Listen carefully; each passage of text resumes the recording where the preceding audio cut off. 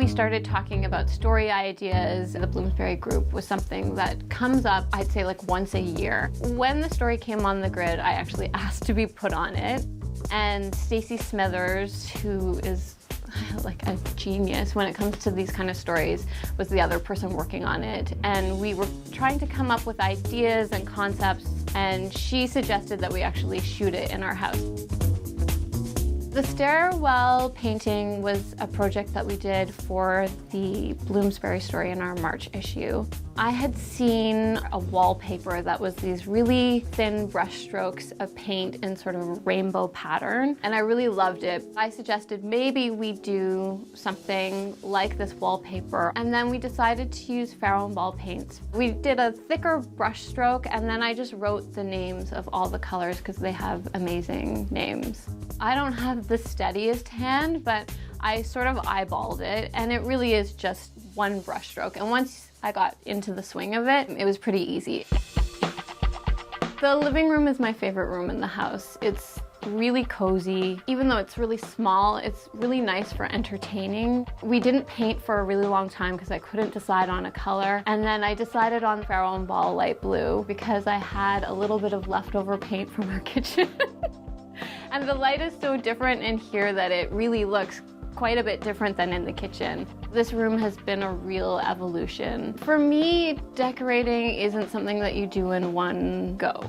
It's something that evolves over time. I really like living with things that I love, which you don't just fall in love with everything at once.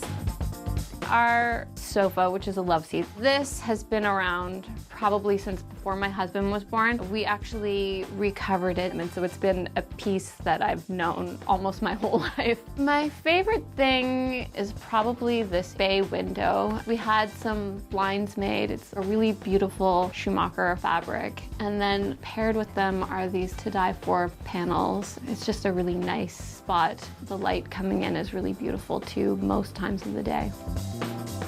The bathroom is one of the first things that we actually renovated in the house, but that too was a bit of an evolution. We recently put in the wallpaper, which I was a little apprehensive about at first because it's quite a small room and I didn't want it to feel too closed in. It's just such a lovely wallpaper, and I actually think it adds so much to the room. The idea to paint the bathtub really came from a mantle that's in Charleston House, which is the country home of Vanessa Bell and Duncan Grant. They had this little motif that ran along. We really wanted to use it somewhere. We just thought, why don't we put it on the side of the bathtub? Though it's a small bathroom, it's still working for us. It's a great room because nothing is overly precious. The kids are comfortable splashing around in the bath, and if it gets a little cluttered, it's okay because that's kind of the look. And then, you know, you just clean it out every once in a while.